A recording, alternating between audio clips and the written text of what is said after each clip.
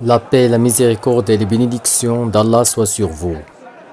Et que les bénédictions de Dieu soient sur son messager et sur sa famille bonne et pure et sur ceux qui les suivent dans la bonté jusqu'au jour du jugement. Ô mes bien-aimés en Allah, pour cette conférence, le même discours que vous trouvez dans mes déclarations est le même discours dont je vais parler. Il se peut que des ignorants disent « Pourquoi un Mahdi seulement sur Internet ?» L'Internet n'est-elle pas un don d'Allah qui permet de transmettre le savoir au monde entier?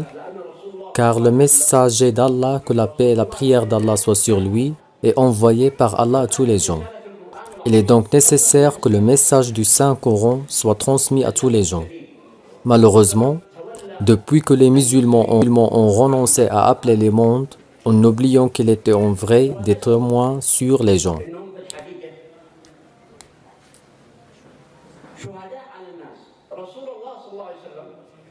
Et le messager d'Allah est un témoin. Sur qui? Il est témoin sur la communauté du milieu du monde qu'il a appelée à son époque.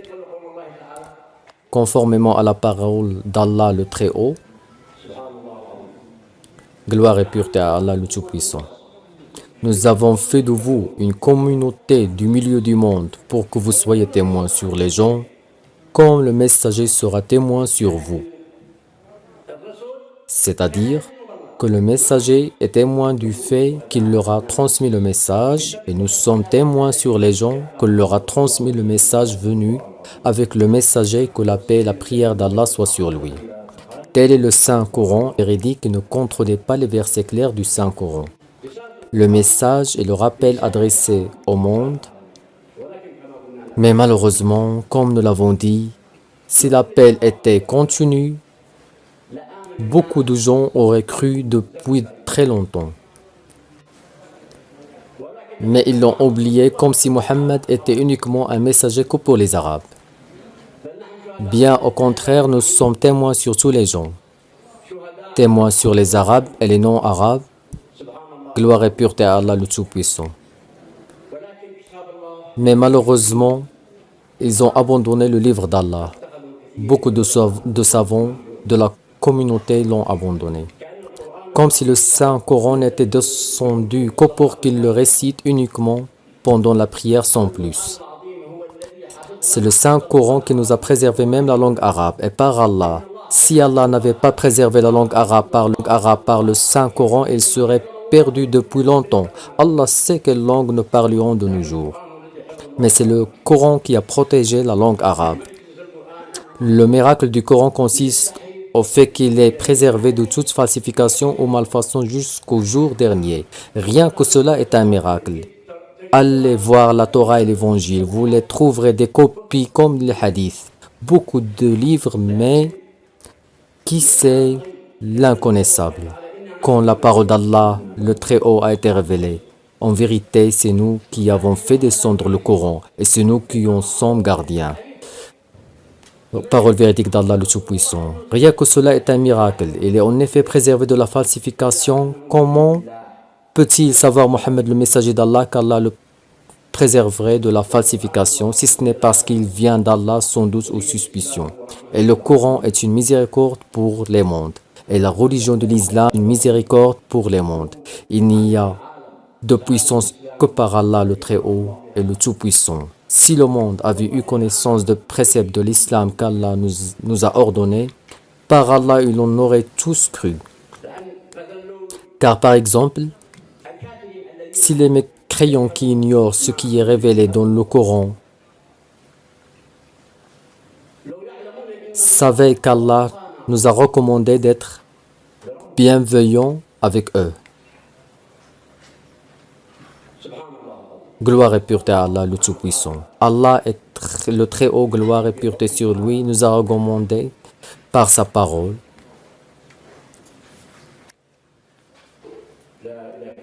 il n'y a pas de divinité qu'Allah seul, sans aucune association avec lui.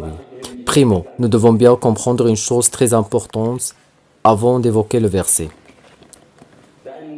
C'est le verset. C'est-à-dire que chaque personne qui se défend est un militant sur le sentier d'Allah. Il s'agit d'un droit légitime pour toute personne. Qu'il soit musulman ou mécréant, il a un droit légitime de se défendre s'il est agressé.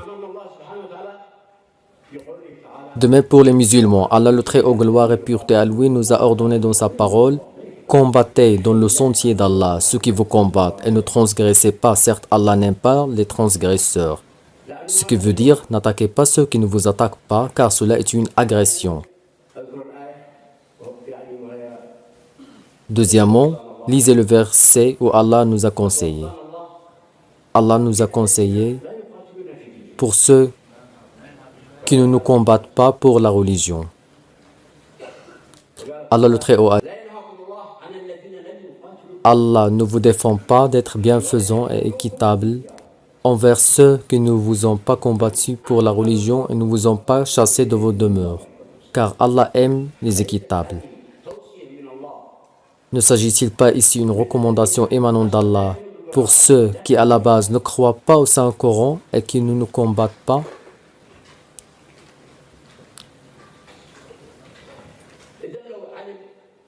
Donc si tous les mécréants savaient qu'Allah a recommandé principalement aux musulmans,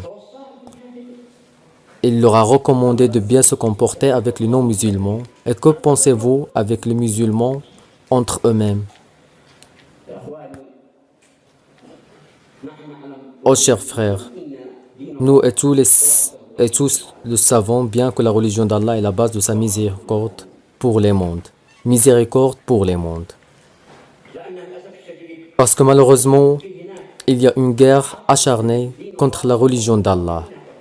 Ils l'ont dépeint à l'Occident comme étant du terrorisme. Gloire et pureté à Allah, il n'y a de force que par Allah le Tout-Puissant. Et la religion de l'islam nous recommande à propos des droits de l'homme, abstraction faite de sa croyance ou de sa religion. Le jugement en matière de foi est réservé exclusivement à Allah.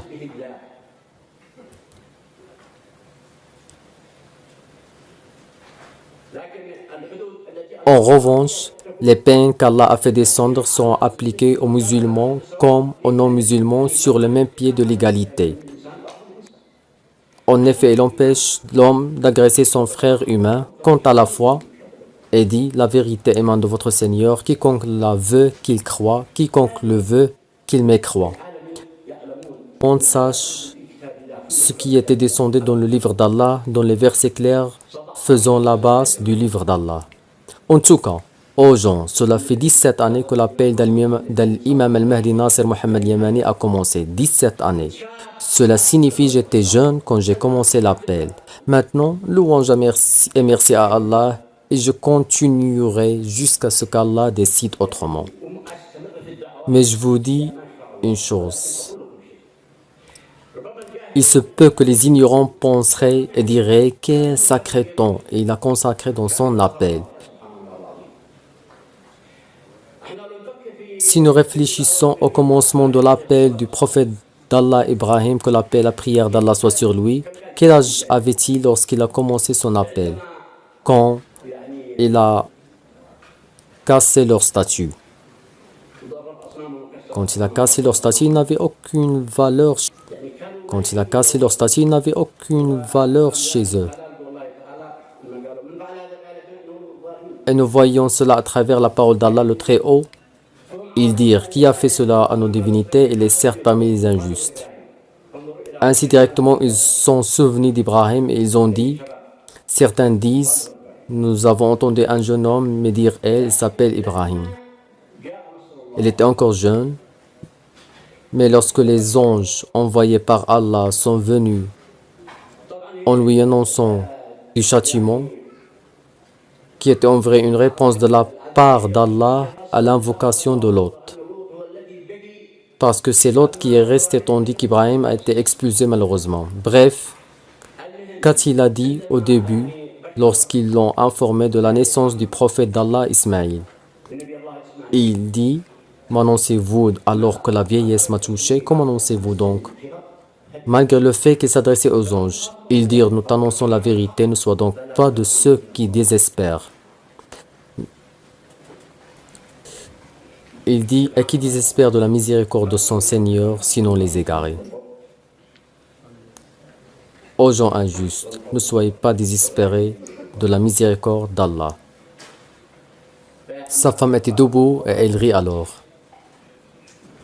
Mais elle pensait que le garçon omniscient était Ismaël, paix et la prière d'Allah soit sur lui. Elle pensait qu'Ibrahim allait épouser une autre femme. Et Allah dit, elle rit alors, nous lui annonçant donc la naissance d'Ishaq. Elle a compris ainsi que la bonne nouvelle qui est parvenue à Ibrahim la concerne. Sa femme était debout et elle rit alors, nous lui annonçant donc la naissance d'Ishaq. Et ici, elle avait eu honte, car elle portait les habits des vieilles ménopausées qui peuvent montrer leur visage. Et elle s'est couvert le visage avec la main comme ça, de honte, et elle a dit, « Malheur à moi, vais-je enfanter alors que je suis vieille et que mon mari que voici est un vieillard? Gloire à Allah, le Tout-Puissant. » Il a dit, « Vous étonnez-vous de l'ordre d'Allah ?»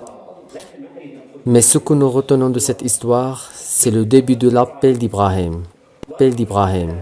Et malgré le temps écoulé, il a dit, la vieillesse m'a touché. Donc, il examinait lorsque il a posé la question aux anges messagers, parce qu'ils sont venus pour informer Lot et Ibrahim qu'Allah va anéantir ce village. Il discuta avec eux en faveur du peuple de Lot, Sodome, alors qu'il avait passé une longue période à les appeler à Allah. Nous et moi, je suis le premier, ainsi que tous ceux qui m'ont suivi. Peut-être on commence à s'ennuyer. On est très bouleversé, où nous disons tous quand viendra le secours d'Allah. Par Allah, notre objectif, c'est qu'Allah guide tous les gens. Notre objectif n'est que la guidance de tout le monde. Mais le problème, c'est qu'il y a énormément d'humains qui défigurent la religion d'Allah. Ils nous dépeignent aux yeux de gens comme étant une religion, et ces agissements viennent de gens connus par être les ennemis de la religion depuis longtemps. Ils ne sont pas musulmans, et malheureusement, il y a également parmi les musulmans des personnes qui s'égarent du droit chemin. Mais lorsqu'on revient aux versets clairs et détaillés du Coran, si on tient fermement les versets clairs du livre et on croit que le hadith du prophète Mohammed vient également de la part d'Allah et qu'ils ne sont pas protégés de la falsification, et tous les musulmans le savent, qu'ils ne sont pas protégés de la falsification. Je pense qu'il n'y a aucune controverse entre deux personnes dans tout le monde sur ce sujet. Non, ils ne sont pas protégés de la falsification. Mais ce qui est vrai dans les hadiths vient d'Allah, on doit y croire. Mais il nous reste comment savoir et enseigner aux gens comment font-ils la distinction entre le vrai et le faux. Parce que, comme vous le savez et tout le monde le sait, les hadiths n'ont pas été notés à l'époque du prophète. Pourquoi? Pour qu'ils ne se mélangent pas au Coran. Mais c'est pour qu'ils soient une référence pour tous les hadiths prophétiques. Ils doivent être comparés à quoi? Les comparer au contenu des versets clairs que les gens les plus simples comprennent. Ils ne les confrontent pas aux versets ambigus qui ont encore besoin d'être interprétés. Mais nous appartenons à Dieu et lui nous retournons. Beaucoup de hadiths ont été la cause de l'égarement de beaucoup de musulmans. Par conséquent, certains sont arrivés à les interpréter sans fondement. Et ceci est un problème. Ce problème, c'est que la personne dit sur Allah ce qu'elle ne connaît pas en vrai. C'est la grande calamité. Par Allah, il s'agit d'une grande calamité, l'une des plus grandes des grands. Car à la base, qu'est-ce qu'Allah nous a ordonné? Et on regarde ce que Satan veut. Et nous allons à l'encontre de ce que veut Satan. Satan commande le monde, commande le mal et l'immoralité, et de dire de Dieu ce que vous ne connaissez pas. Et Allah, il nous interdit le mal et l'indécence. Et de quoi? Il est interdit de dire sur Dieu ce que nous ne savons pas. Et Satan veut c'est-à-dire il nous ordonne le mal et qu'on dise sur Allah ce qu'on ne sait pas. Et Allah nous interdit de le faire donc. C'est-à-dire al-ijtihad, l'effort, n'est pas d'avoir à peu près comme ça 80% d'exactitude. Par Allah que cela n'est pas convenable, même 99,9% d'exactitude, jusqu'à ce qu'il est à 100%. Quand une personne craint Allah et il a peur de dire sur Allah ce qu'il ne sait pas, vraiment Allah va certainement lui apprendre. S'il n'a pas été à l'époque d'un imam, Allah l'élira comme imam, s'il est soucieux de ne dire sur Allah que la vérité. Allah dit, et craignez Allah, alors Allah vous enseignera.